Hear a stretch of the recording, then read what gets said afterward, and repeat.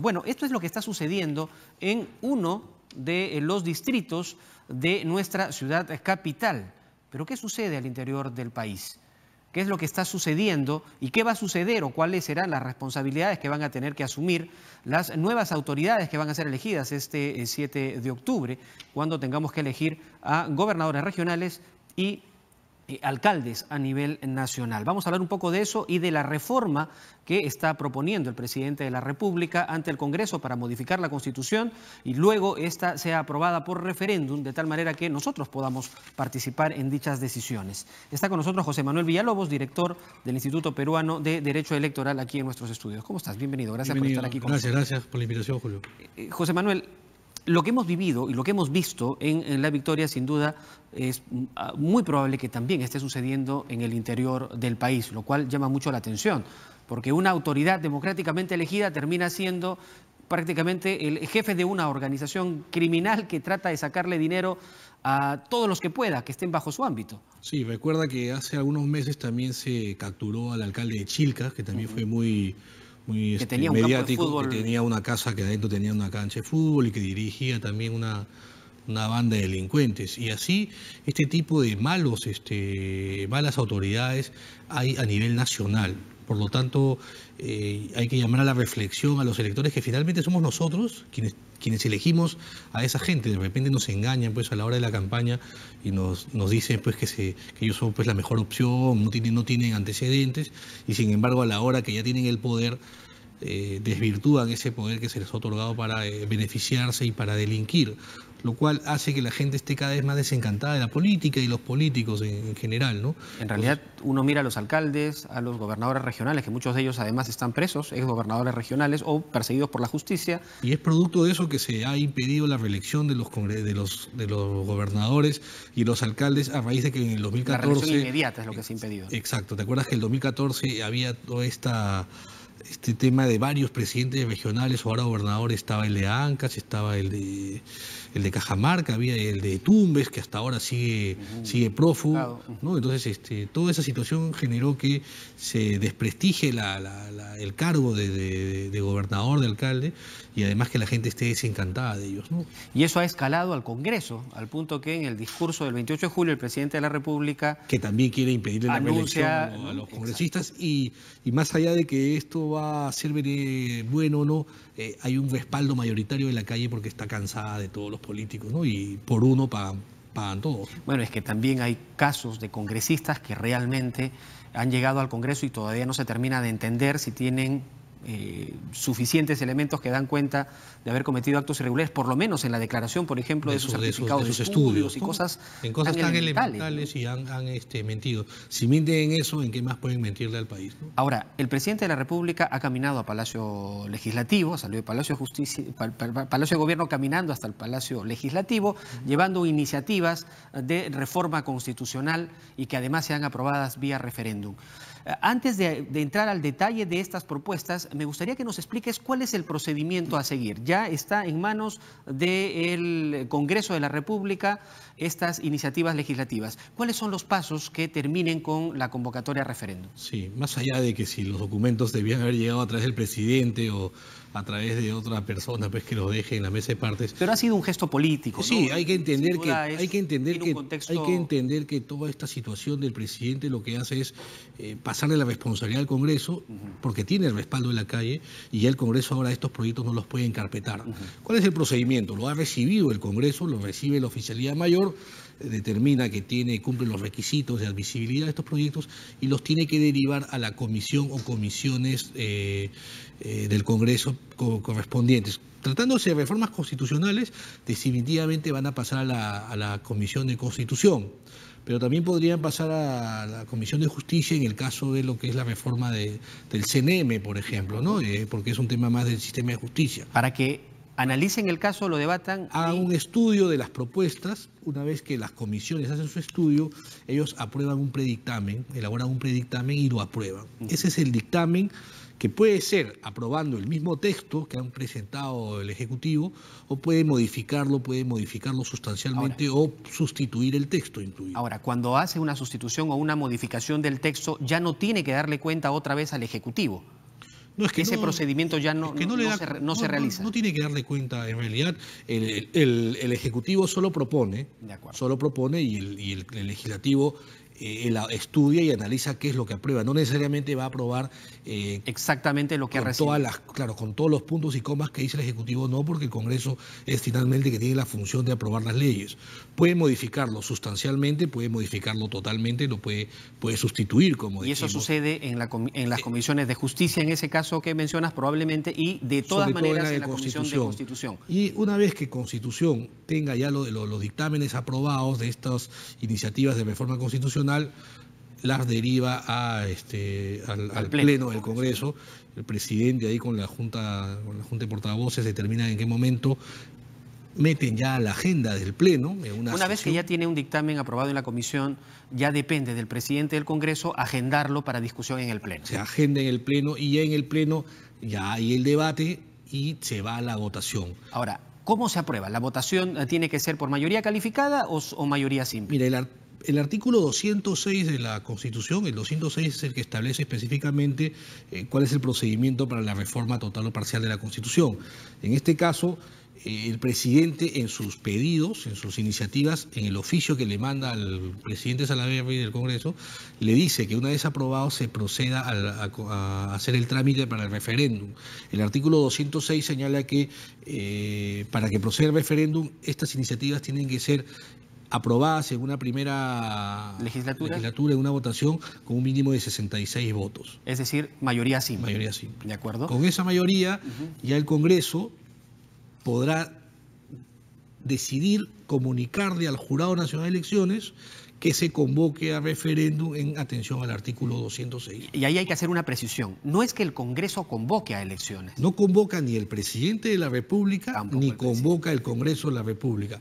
La autoridad que tiene que convocar, en este caso un referéndum, es el Jurado Nacional de Elecciones. En este caso debería ser por indicación del Congreso de la República una vez que se apruebe en primera legislatura, ¿no?, estas modificaciones a la Constitución. Sí, el Congreso tiene que solicitarle al jurado explicándole que se ha cumplido con el procedimiento de votación del 206 y que por lo tanto, en atención al pedido que también ha hecho el presidente de la República, se someta a referéndum estas iniciativas de reforma constitucional. La otra vía sería que no haya referéndum, que el Congreso en una primera legislatura apruebe estas reformas con más de 87 votos y que luego se vaya en una segunda legislatura a volver a votar las propuestas en una segunda votación. Si se logra nuevamente esa mayoría calificada, las reformas estarían aprobadas y ya no sería necesario el referéndum.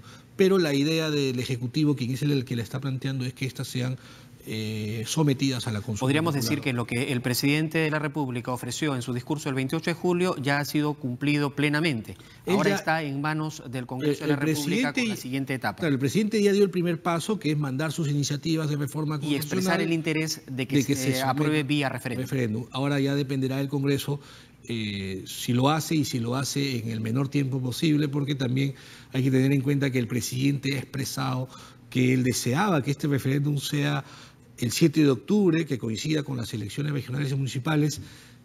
Por plazos legales sabemos que eso no va a ser así, pero todavía hay la posibilidad de que se haga en diciembre, en la fecha en que se realice la segunda vuelta de la elección de los gobernadores regionales. Veamos un poco los plazos. No podría ser definitivamente el 7 de octubre porque creo que tanto por tiempos, ¿no?, por la situación que en este momento atraviesa además la OMPE, y en segundo lugar, cuando hay elecciones de gobiernos locales y regionales, no se participa en su participación a peruanos que viven en el extranjero. Sí, pero además... Sin embargo, el referéndum tendría que convocarlos. Sí, pero además es por un tema de que el plazo para convocar a un referéndum es de 90 a 60 días antes de la elección. De acuerdo. Si la elección va a ser el 7 de octubre, el referéndum debió haberse convocado el 8 de agosto, a más tardar. Y ese plazo ya lamentablemente se cumplió.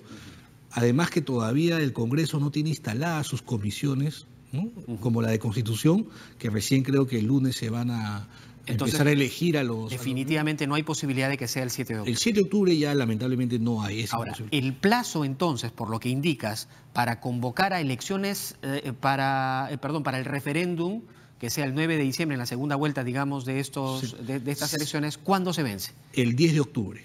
Si va a ser el referéndum el 9 de diciembre, que es la fecha probable para la segunda vuelta, porque tampoco es una fecha fija, porque la segunda vuelta de la elección regional se hace luego de los 30 días de proclamados los resultados del 7 de octubre. Dependerá la OMPE cuánto demore en procesar el conteo y luego que el jurado resuelva las impugnaciones. Pero más o menos se calcula que podría ser el 9 de diciembre, podría ser el 2. A partir de esa fecha se tiene que contar 60 días hacia atrás, que es la fecha mínima, el mínimo plazo para convocar, que son 60 días. Entonces estamos hablando de, para que haya elecciones este año, definitivamente en octubre se tiene que hacer la convocatoria. La convocatoria máximo el 10 de octubre, si es que la elección va a ser el 9 de diciembre. Pero para convocar hay que recordar que el Congreso tiene que haber hecho su trabajo de previamente en comisiones haber dictaminado y luego en el Pleno logrado la votación. Es decir, tiene agosto, lo que queda de agosto y septiembre para cumplir todo ese procedimiento en el legislativo. Pero además hay que revisar también las propuestas del Ejecutivo, que lamentablemente no han sido lo más pulcramente elaboradas, tienen algunas deficiencias. Hay algunas contradicciones, ¿no? Hay algunas. Jorge del Castillo las ha resaltado bien. Hacía algunas referencias. Es bien claro, sentido, ¿no? Julio, mira, este es el proyecto de reforma del artículo 90 de la Constitución, donde lo único que se ha agregado al actual párrafo es que los congresistas no pueden ser reelegidos de manera inmediata. Por lo tanto, en este artículo que se propone, se mantendría el Congreso con una sola Cámara y no habría reelección. Pero luego en otro proyecto que también lo presenta el presidente de la República, ya se modifica el artículo 90, que el mismo, este 90, se modifica de manera sustancial. Acá se introduce las dos cámaras, la de senadores, la de diputados, se introduce la forma de elección, el número de senadores 30, número de diputados 100. Hablan de la cuota 50 hombres, 50% mujeres en las listas.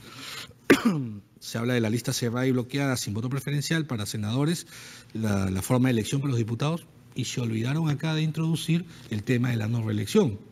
Entonces, si se aprueba esto, que no va a haber reelección, sería con Cámara única. Si se aprueba esto con Cámara, senadores y diputados, habría reelección. Entonces, ahí creo que se les ha pasado, ¿no?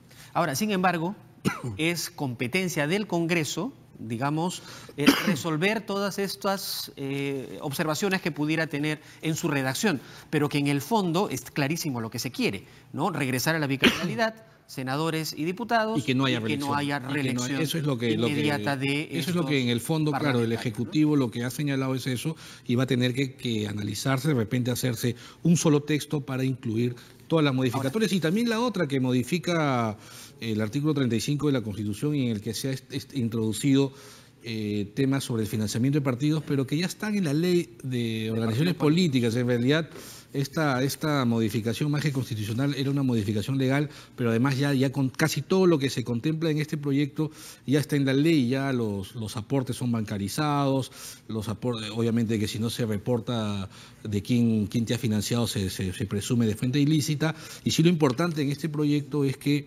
se está estableciendo que los partidos deban dar cuenta de su financiamiento en la campaña, y no como ahora que no vamos a conocer quién financia a los candidatos hasta después de las elecciones, porque el Congreso lamentablemente modificó la ley hace algunos meses. Ahora, respecto de esta iniciativa que se tiene de reestructurar la composición del Poder Legislativo, senadores y diputados, a lo largo de la Constitución se refiere al término de congresistas con mucha frecuencia. Sí. Bueno, siguen siendo congresistas, pero en este caso congresistas con características de senadores y congresistas con características de diputados.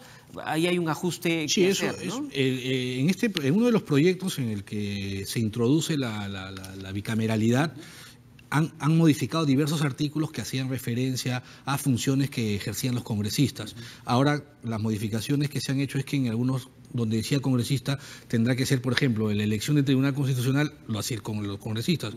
Ahora con la propuesta lo hace la Cámara de Senadores, y la aprobación del presupuesto por la Cámara de Diputados, los congresistas sobre la Cámara de Diputados, han hecho esas modificaciones, pero en algunos párrafos o en algunos artículos han dejado solo la denominación congresista, que podríamos entender que congresista es todos, ¿no? Todos los que van a, tanto senadores o diputados, son parte de este Congreso. Sería mejor precisarlo, ¿no? Hubiera sido... Ayudaría a tener una mejor interpretación votación. Parece que ha habido mucha premura en querer presentarlo. Y no se ha definido bien incluso cómo es que se va a elegir a los senadores o los diputados. Sí, ahí hay una diferencia, ¿no? Es decir, cómo se presentan las listas, porque otra de las discusiones que hay es respecto de el famoso voto preferencial en los procesos de elección de los parlamentarios. En este caso, la propuesta refiere a que los diputados sigan siendo elegidos por voto preferencial y los senadores no. No, exactamente. Acá se ha establecido que la Cámara de Senadores se va a elegir en macrodistritos electorales, ha señalado la propuesta. Al ser 30 senadores, no se sabe cuántos macrodistritos van a ser, ¿no? No se sabe cuántos. Y habla también de microdistritos para el caso de los diputados. Entonces, estamos hablando de 2 por cada microdistrito, es decir, 50. Acá sí se entiende que son 50 microdistritos porque ha señalado que de los 100 diputados que habrían, 2 por microdistrito, o sea, 50. Pero en el caso se determina cuáles son los macro y los microdistritos? Muy buena observación, no lo señala. Y ni siquiera hace remisión que vía ley se determinará cuál va a ser la estructura, cuál va a ser cómo se van a definir estos micro y macro distritos. Entonces ahí vamos a tener que ir a una tarea de ingeniería electoral, determinar si va a ser en función demográfica o función territorial. Eso no lo... O sea, es decir, cada 500.000 o 1 millón de habitantes, digamos, porque somos 30 millones de habitantes. 30 senadores tendríamos que tener un senador por 1 millón. Pero en el caso de los diputados va a ser también por cantidad de habitantes o de repente... ¿Cuáles serán los criterios? Va a mantenerse los departamentos ahora porque la elección de congresistas es por departamento, o ahora se van a, creo, se busca que se unan espacios territoriales. Bueno, hay muchos temas que en realidad deben ser materia de discusión, de debate a lo largo de este corto tiempo que queda, menos de 2 meses para... Yo creo que primero el Ejecutivo debió tomarse tal vez un poquito más de tiempo para hacer una propuesta mejor elaborada, para que el Congreso no le encuentre pues estas deficiencias y no sean pretextos para o dilatar y finalmente no aprobarlo, ¿no? O aprobar lo que ya el Congreso finalmente quiera, que es su potestad también. Bien, José Manuel, no quiero dejar pasar esta oportunidad que tenemos de conversar para hacerte una pregunta muy puntual. Respecto de la OMPE está atravesando una situación bastante crítica, ¿no? Por las personas que están vinculadas, uno detenido que ha tenido gran influencia en las decisiones dentro de la OMPE, el jefe suspendido. ¿Tú consideras que hay las garantías suficientes para este proceso electoral del 7 de octubre? Sí, yo no quiero ser alarmista, hay que darle la confianza a la OMPE.